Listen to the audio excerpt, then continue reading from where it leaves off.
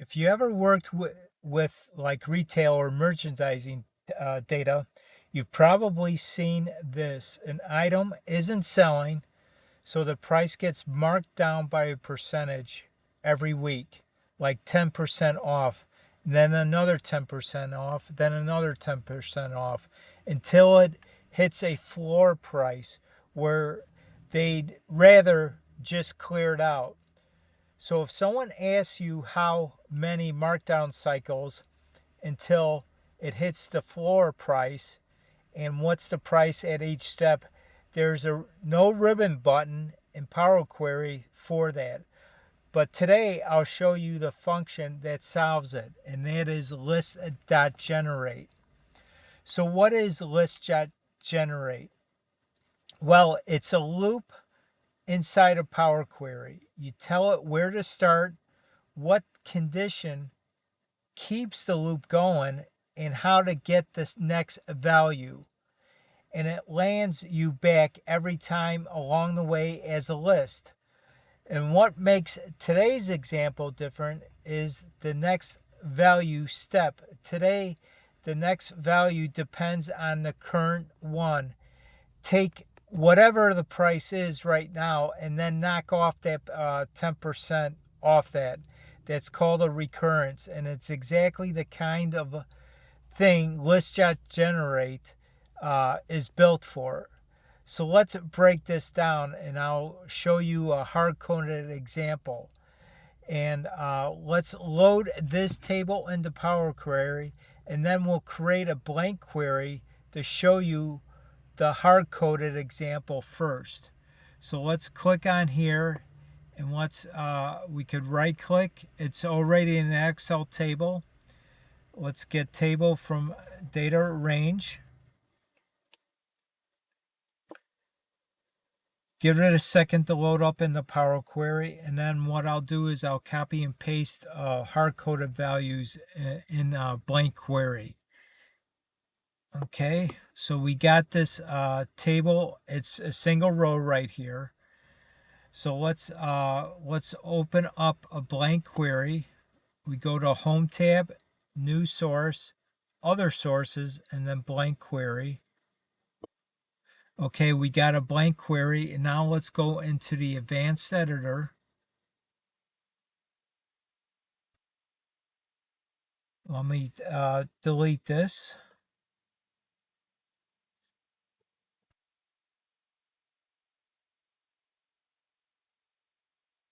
Okay, now let me copy in this text here. Okay, I copied this text in here into the blank query, and basically let's run it, and then we'll step through this code. So let's go ahead and do done, and as you can see, it generates a list for us. And so part one, there's 3 parts, and part 1 is the start value. So let's go back into here, advanced editor. Let's move this over here. So part 1 is the first line, which is the first argument to List.Generate. So what this tells you is, let's start at a value greater than equal to 100. So that's the first value that gets generated when it goes through this loop. The next time through the loop, okay, again, the current value is 100, and the condition is keep going while this condition is true. So in other words, is it greater than 20? Yes, it is. The current value is 100.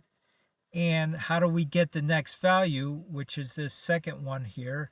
We take the current value, 100, times 0.9, which is 90%, and that's how you get 90.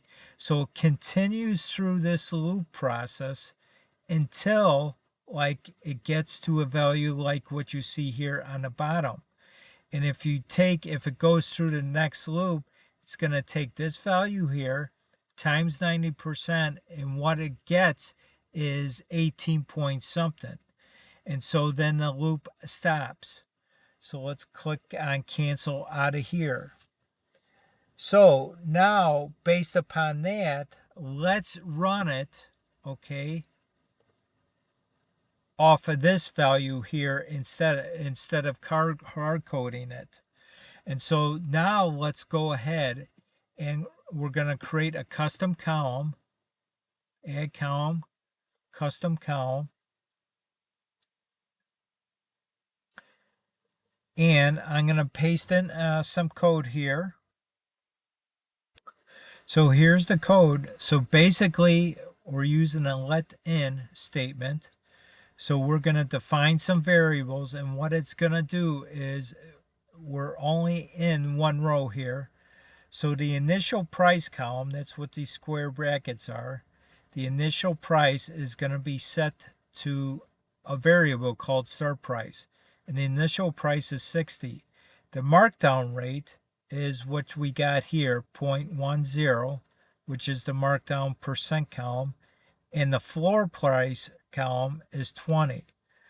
So we're going to be passing those values to List.Generate to start with. And so again, what is the start price? The start price is 60. The floor is 20. So we're going to continue through this loop until the values in between 60 and as it gets marked down is going to be greater than 20. Once it gets less than 20, then the loop will stop. But what we're doing here for each value as we generate each value through the loop is we're going to take whatever the current value is here in start price, multiply that by 1 minus the markdown rate. So in this case, it's going to be 1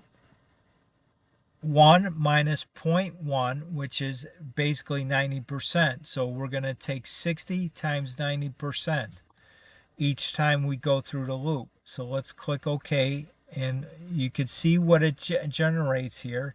It creates a list. If we click here, you can see now the values are here. So let's go ahead and expand this, expand to new rows. And as you can see, so List.Generate initially on the first pass through it, it's going to grab the current value. So that's why we got that 60. The next time around, it's going to be 60 times 1 minus the markdown rate, which is going to be 60 times 90%. So 90% of 60 is 54. So it continues on through this loop here until we get to, obviously it stopped here because the next iteration here, 20.92, if we multiply that by 90%, it's going to be 18. So it's going to be less than the floor. So that's how that all works.